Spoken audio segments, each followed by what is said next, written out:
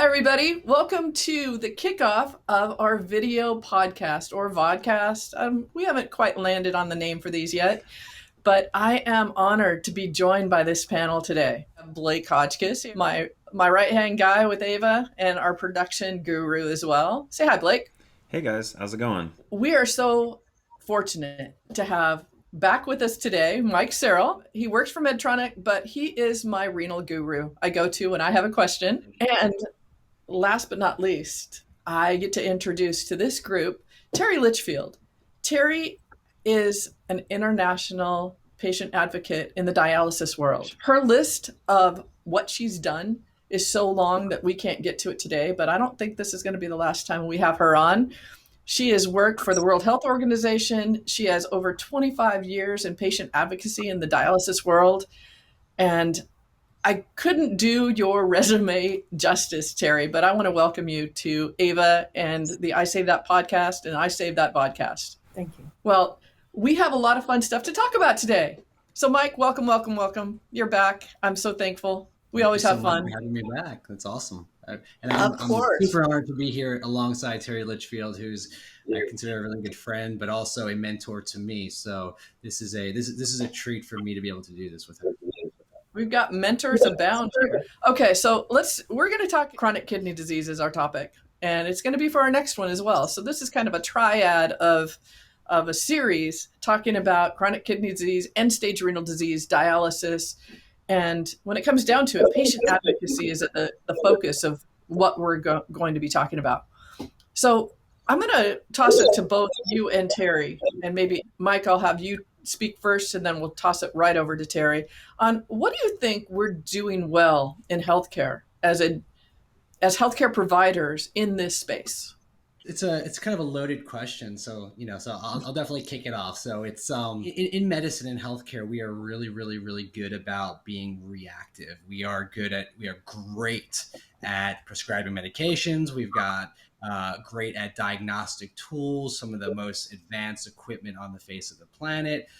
If you have access to that kind of care, we are really good as we're really good at compartmentalizing healthcare to the point, and we're reactionary as a community, as a whole medical community, and obviously that transcribes down further to the kidney community, which, if you know anything about kidney disease and you've heard our previous podcast between you and me, Judy, this is the most, and I'll say it over and over again, and I think Terry will agree with this, is the most vulnerable patient population on the planet. And when you compartmentalize that kind of care between the access surgeon and the nephrologist and the dialysis centers and the access labs and the access centers, so anyone that knows about dialysis knows that these patients are bounced around from multiple different providers, we end up with poor outcomes. So the answer to your question is what we do well as a community is also what we do poorly as a community. If that makes sense. It does. Terry, would you like to chime in on that? I would, Please.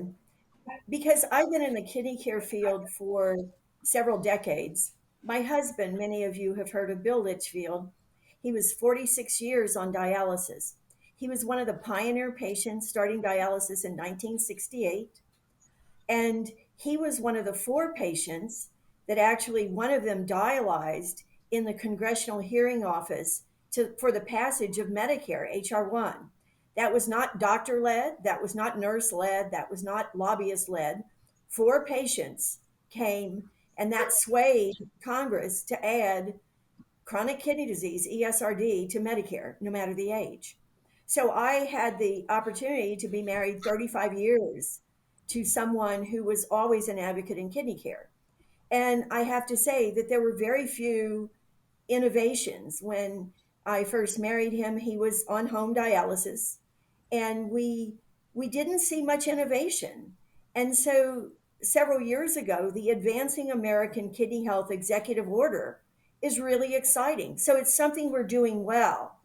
And it started at the governmental level, ensuring that patients have choice and putting incentives in place for home dialysis, for transplant, shaking up the transplant community by ensuring the inequality that is existing is going to get fixed, and changing reimbursement, doing a whole house cleaning of changing reimbursement and setting into place in 2022. There's a brand new kidney care choices program. So, those are the things that we're doing right. As a country, we are putting more resources in terms of innovations, including new technology innovations where CMS or Medicare will pay additionally for innovative devices that are relative to dialysis patients. And so you're also seeing a series of patient voices emerge. And that's the most exciting thing to me. You are seeing in the major journals from the kidney associations, you are seeing guest editors and guest commentary from patients. The American Society of Nephrology's meeting, which kicks off, I guess it's next week, has a whole series of lectures dedicated toward the patient voice. And so that for me is the exciting new things we're seeing in the kidney space. Terry, that's exciting. And I do want to go a little bit further with you because I'd like to hear more about your journey in this field of your advocacy and all the work that you've done to really help the renal community. I'd be happy to. And it's for me. My husband once said that he has been blessed to have taken a lot from what he called the renal well, the kidney well. And he was proud as punch to have a wife that put a little bit back in the well. I met him doing a master's thesis on rehabilitation in the renal patients. What factors influence success? This was the late 1970s. And I worked for the Kidney Foundation, and they gave me a list of patients and their telephone numbers so that I could interview long term patients. And there was one patient I could never find, Bill Litchfield. I would call the number I had, and his secretary would say, "Oh, Mr. Litchfield's on a rig, Mr. Litchfield's down in South Texas, Mr. Litchfield." He was never where he was supposed to be. And my preconceived idea was dialysis patients had to stay close to home. And so I finally one day asked her, "Is he on dialysis?" And this was 1977. And she said, "What's that?" Because again, in 1977, she didn't know what dialysis was. And I tried to explain as best I could. And she said, "Well, he has a thing in his arm." And I realized that, oh, I guess I really do have the right patient. And so that began really my journey, and didn't realize I would meet Mr. Right in the wrong place. And so we did a lot of things. He was an engineer, he was with an oil company, and I was a hospital administrator, and he did home dialysis, home hemo. Off the record, it scared the heck out of me. I was a hospital administrator, but I wasn't used to having medical equipment in the bedroom. And so the old patients, so we were married in the late 70s, early 80s, and there wasn't these high flow dialyzers, there wasn't even bicarbonate dialysate, and he dialyzed 10 hours while he slept at night. And so imagine being a newlywed to the sound and the alarms of a kidney machine in the bedroom. And so I learned it well.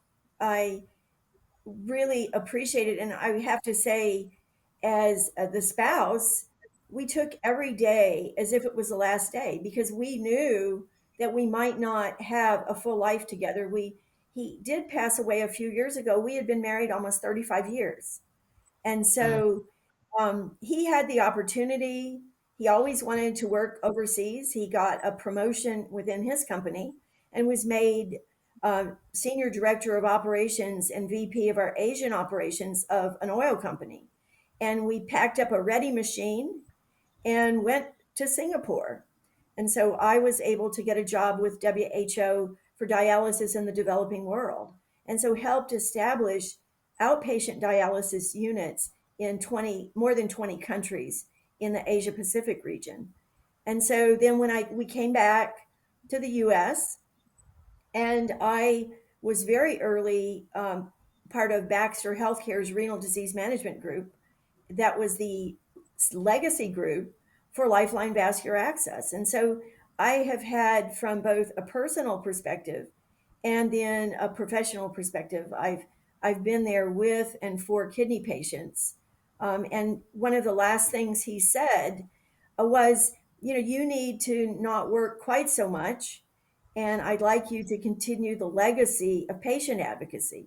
Now, this is from the man that would always tell new patients, because he was often the patient advocate in dialysis units. And he would tell them, do not let dialysis stop you from doing something you really do. But it's the best damned excuse if there's something you don't want to do. Nobody's going to argue with the fact dialysis.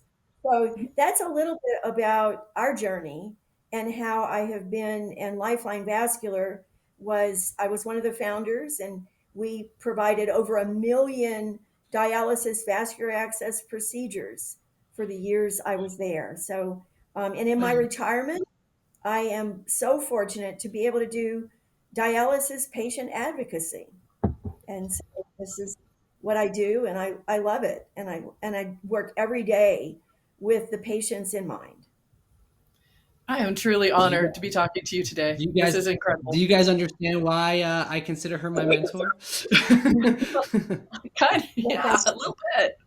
Well, Terry, this is wonderful, and first of all, thank you for everything you've done and are doing. And so I'm just so grateful that you shared part of your story with us. And from my understanding from Mike, we're still scratching the surface on you, but we're going to dig deeper over the next few years. We'll be right back with more words of wisdom from this panel right after a word from our sponsor, Medtronic. Do you treat end-stage renal disease patients requiring hemodialysis? Transform your AV fistula creation with the Ellipsis Vascular Access System from Medtronic. The Ellipsis system's unique single catheter, non surgical approach requires no implant or suture and simplifies a traditionally invasive surgical procedure. Guided by ultrasound and with just a single needle stick, it uses a patented tissue fusion technology to create the fistula endovascularly. Most patients leave with just a small adhesive bandage.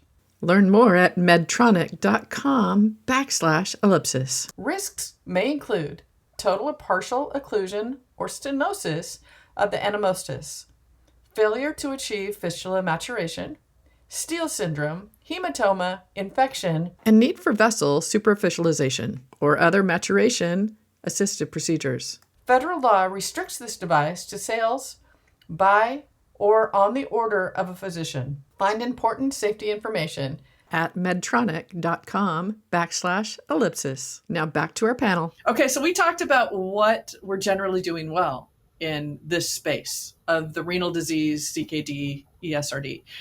What are some of our biggest challenges? And Terry, I'm going to pop it to you first this time. Well, I'm going to start with aligning of incentives and reimbursement, that we have to make it equal. There has to be an equal playing field, both for providers and for patients, especially as we continue in a COVID environment. The dialysis patients fared poorly. The number one mortality for hospitalized patients was a CKD diagnosis, number one. And CMS reported that throughout the pandemic.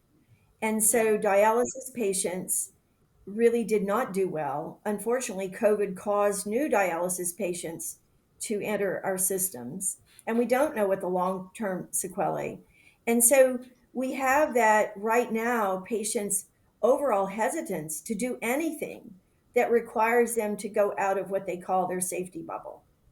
We also have inequalities in healthcare that unfortunately patients of color, patients of poor socioeconomic, for vascular access for dialysis, the Hispanic and Black patients are significantly more likely to have a central venous catheter for access rather than a permanent access.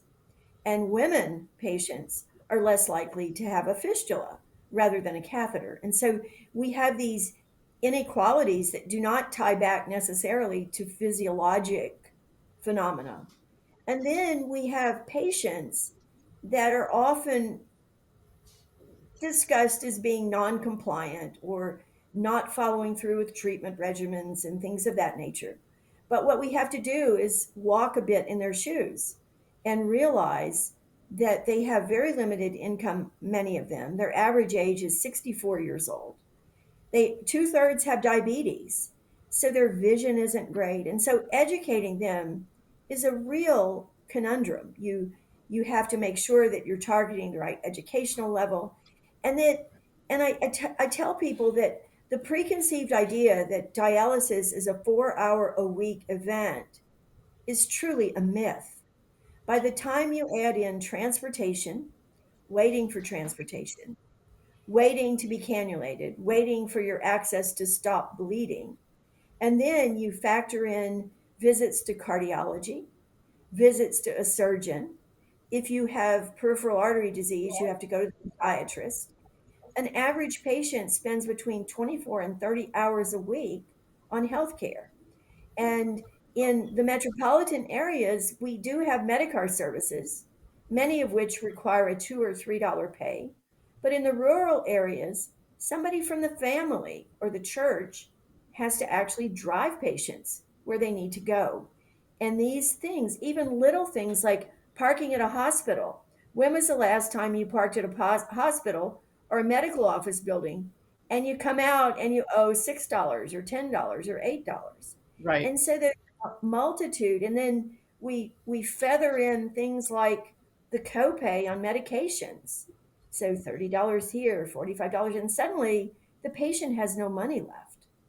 And so it's a really, I think the things that we don't do well are looking at the social attributes and the economic barriers to being a fully compliant patient. So that's what I think some of the things that we don't do as well. Thank you. You I will definitely echo and just seeing in my former practice a lot of what Terry said, and especially from the financial socioeconomic issues. There have been many times where I have personally given patients money for car service to get back and forth to an appointment with me so they could get their declutter, their procedure. Now, I wasn't supposed to do that, and it wasn't well broadcasted, but it was certainly, if somebody needs you needs an access procedure, otherwise their access is going to go down, and you develop a relationship with these patients over the years. So, or you'd contact, uh, ultimately I learned to streamline, because I was a hospital-based practice. So I learned to streamline a situation where I was able to contact the social workers and be able to make sure that the hospital ultimately paid for their car service. But those services weren't in place unless people asked for them. And because these patients were so put on, I have had so many patients tell me they can come see me because they had no gas money. That is heartbreaking. Or the situation where if they're on public transportation or like a transportation service, they only get 2 rides a day, so to the dialysis unit, back home. So if they have to come for an emergency declot because their access shut down, well, that's one. They've already used up one of their visits to go to the dialysis center. Now their second transportation is to me. How does that patient get home? And that is a true problem for them, and that is a true fear for them. So that was a daily occurrence that I would run into. So I definitely echo a lot of what Harry says. As well as I kind of alluded to it in my initial comments, we really do compartmentalize medicine and healthcare. And part of that actually is we focus on reactive medicine instead of preventative care, and we don't prioritize preventative care both as a medical community, i.e., diabetes, hypertension, to help catch these issues early enough that ultimately lead to ESRD and CKD. But also, from the dialysis specific incentive, Terry and I have had this conversation before. We talk about, and this is directly related to AVA and vessel access and preservation. We don't, as a community, teach patients, providers to value and understand the importance of their vascular access, both from physicians going all the way up to the physician level. I've talked about this on a previous podcast duty that we've done before. There is something called Save the Vein initiative down in Europe, and it's led by Nick Inston, and Dr. Inston, who's a vascular access surgeon.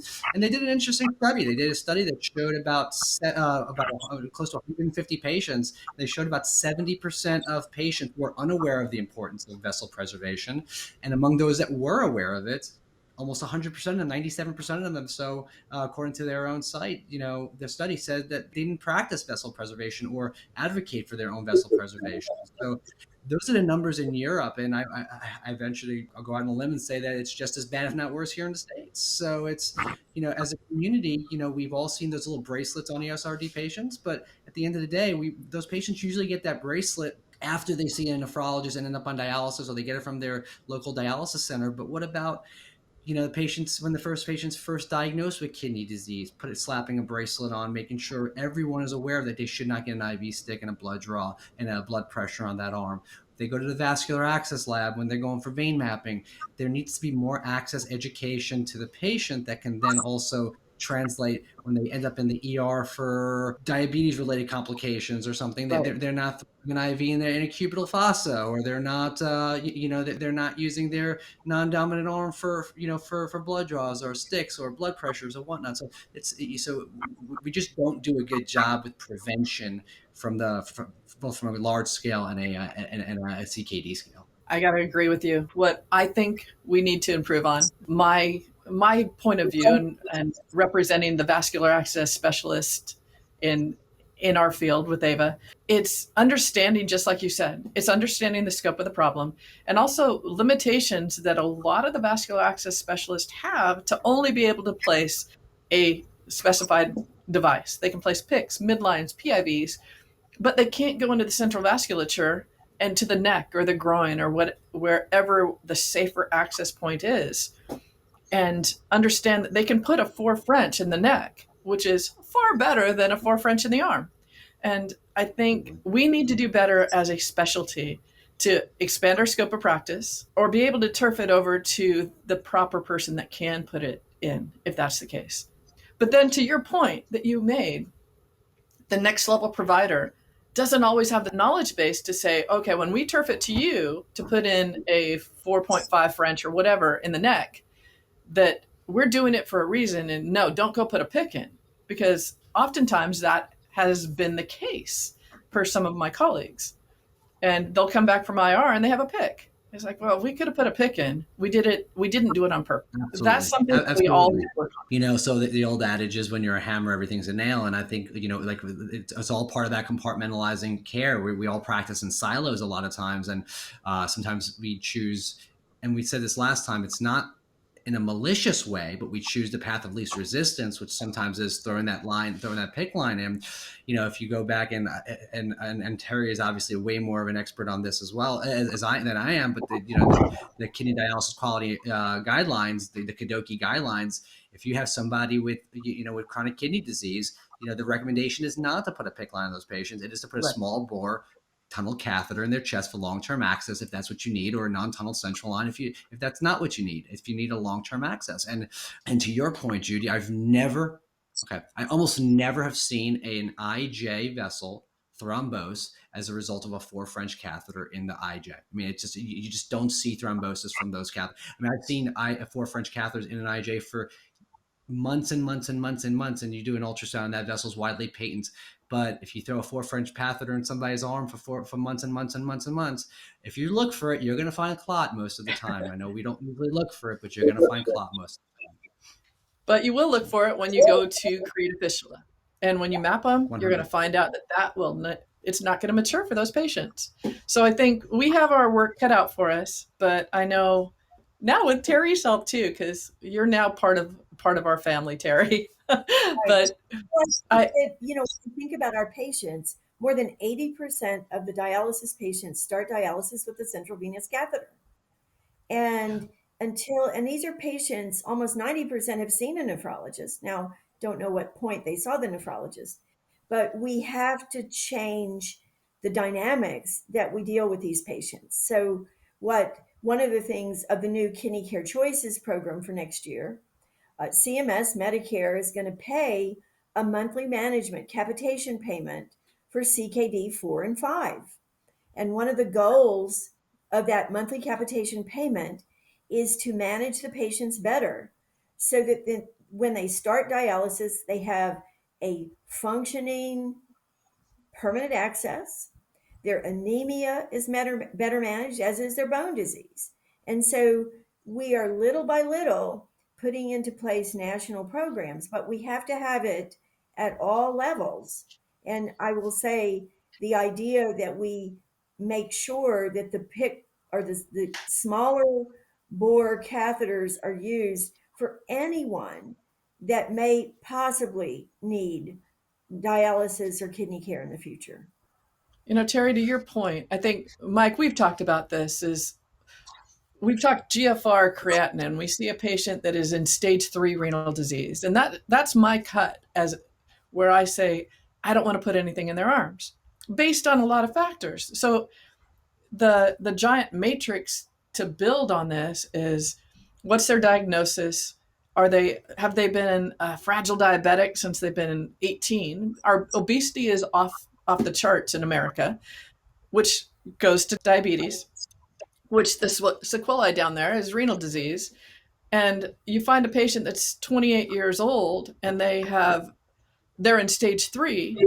That patient I want to protect today because they're going to live to dialysis in all likelihood.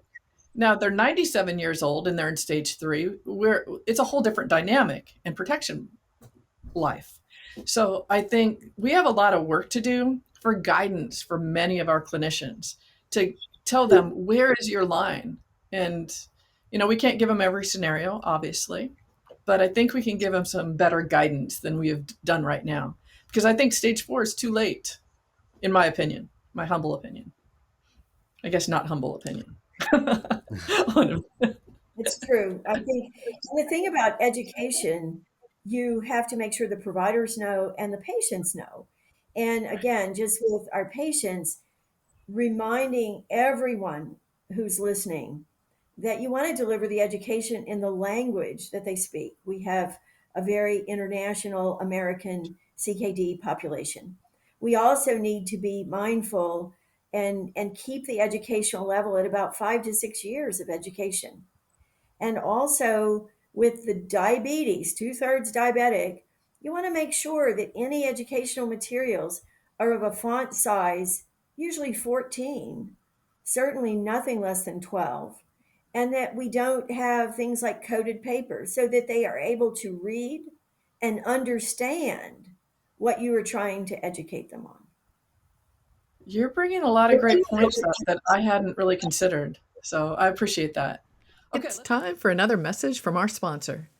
Medtronic welcomes the Ellipsis Vascular Access System to its AV portfolio. Learn more about new percutaneous solutions for AV fistula creation. Visit medtronic.com/ellipsis. Now, back to our guests. What's our first step? If we had incremental improvements to make, what's our baby step? I think our baby step would be a coalition, and not necessarily a formal coalition, but there is an initiative that CDRH, which is an FDA, a community collaboration. There is a community collaboration that has been established. It's the newest one by the FDA, and it's going to be jointly held by a number of associations, and its focus is dialysis access. And I so want it's in. going to absolutely. So right now, the coalition is, and it's a community collaboration, and I love that action verbs. Community collaboration. Do They are too. getting interested stakeholders, and the idea is to educate, break down barriers, and bring all of the stakeholders together and collect data along the way such that we can do one of the most successful community collaborations was related to breast cancer. So we have to start early in the disease cycle and cover all providers and include patients. So that's the baby steps I see emerging now, and we'll make certain that AVA is included in the community collaboration. Thank you. I'm very excited to I be love part of that. that. I love that, Terry. I absolutely love it because, like we said over and over again, access preservation really will start with the nursing organizations and nursing professionals who make up the majority of IV sticks and central venous catheters, and especially peripheral inserted central venous catheters, and preserving those vessels so patients can get an adequate dialysis access. Obviously with the newer technology out there, Medtronic's ellipsis technology, it's a percutaneous system where we need those median cubital vessels to be patent, and that's going to be, and the only way to preserve that and to make it useful is to avoid using those vessels for simple venipunctures and traditional IVs. So but it's all about education. So I love that collaborative community agreement. Me too. We are in 100%. I can't wait. So I'm going to wrap it up with one more question to you guys, because I think I could talk to you guys for the rest of the day, but I don't think you scheduled enough time for me on that one. But so I think Terry, specifically for you, because you have done so much work in here, how can we collaborate with patients for improved outcomes? Well, we are very fortunate in the US to have a number of really strong patient organizations. And so the American Association of Kidney Patients, for example, is more than 50 years old, and they have a number of ways that we can get out to patients. So, for example, during the COVID, we hosted at AAKP almost 10 different webinars that got from 70 different countries over 25,000 patients to listen. And so there's dialysis patient citizens and the American Kidney Fund, and the National Kidney Foundation has a kidney advocates group that has representatives in each of the states.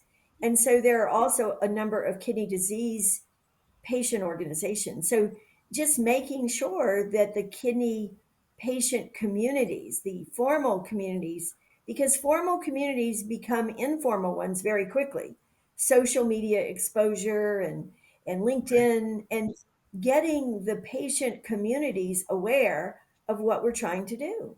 And so I think that's probably the way that the really big initiatives I see start. And I think back, it's now been almost 50 years, but it's over 40 years ago, that when the communities, the kidney patients, there weren't many in those, in 1971, there weren't that many patients, but they, under the AAKP, it was then called NAF, under AAKP, they got the audience before the Senate Ways and Means Committee. And it was patients that led the fight, that got the coverage, that allowed more of them to be alive. And so that model, I believe, when you start with patients and you have patients as part of your initiatives, it really is, it rings with a resonance of truth and authenticity. Thanks, Terry. I love that. And Mike, I'm going to focus this question a little bit further on you. So how do we collaborate with stage 3 patients better to preserve them for down the road? Well, it's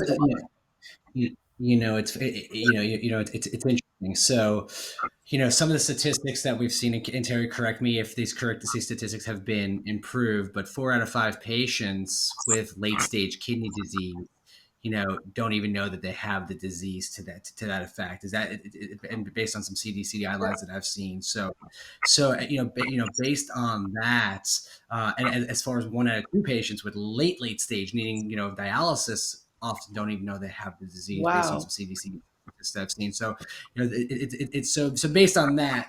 So early identification, early screening is obviously a big factor. But once the patient is identified at stage 3 CKD, I think the onus is the preventative care that we talked about. Too often I've had family members who have a diminished GFR, and their primary care doctor saw them and they really didn't, it wasn't critical, but it was a diminished GFR. And it was, maybe they were dehydrated, maybe there wasn't a proactive approach to that. So I think that early education and getting the message out to the primary care folks that do see these patients early enough when they're fortunate enough to be able to start educating about especially the younger patients. Um, you know, I don't have the answer as to the way to advocate other than getting into the national conventions and making kidney preservation and vessel preservation and the importance of proactive care in the larger annual conferences is one example. Make it a highlight session. Have somebody like Terry Litchfield speak about the importance of putting the patient first in this population, because as I said before, we're not a malicious society of healthcare providers. Sometimes we just don't know what we don't know, and if we're not educated appropriately on the downstream effects of doing certain things that we've done traditionally, because it's we truly think it's the best thing for the patient at the time, we can't improve. So, Terry, your thoughts on that? Yeah, I think you're spot on, Mike. And I'm going to just share with all of you, even the way that we talk about kidney disease. So you are correct that a number of patients in late stage kidney disease don't understand what they have. And we had several patients that came to some of our centers for access placement for a central venous catheter. And, you're doing an intake, you're asking a history, and oh no, I don't have kidney disease. I don't have kidney disease. And they have no idea why they're there. But Oh, then I learned to ask the question, did the doctor ever tell you you had renal failure? Oh yeah, I have renal failure. And they oh my didn't know that gosh. renal.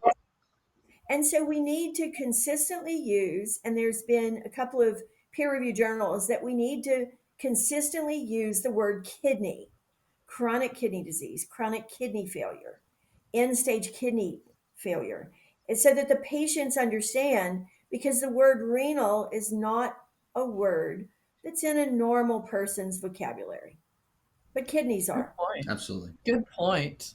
I think you said 2 out of 3 patients on dialysis are also diabetic.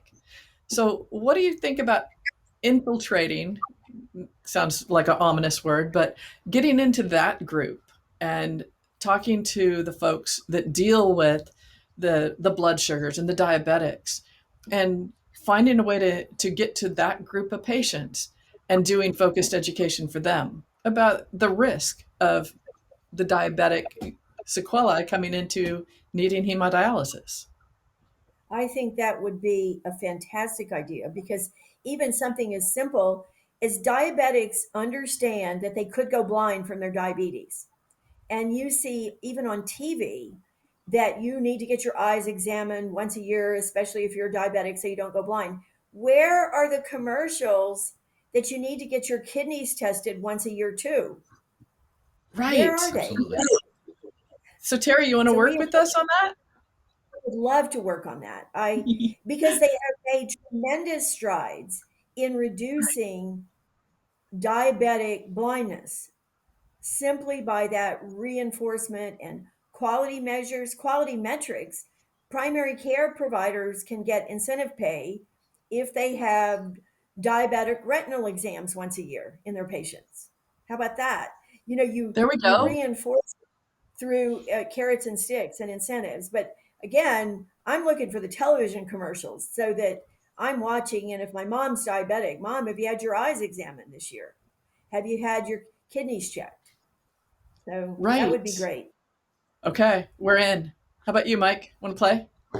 Absolutely, absolutely. I mean, and taking that one step further, direct to consumer marketing, I think is a brilliant idea. I mean, how many commercials do you see on the television about ordering your diabetic supplies?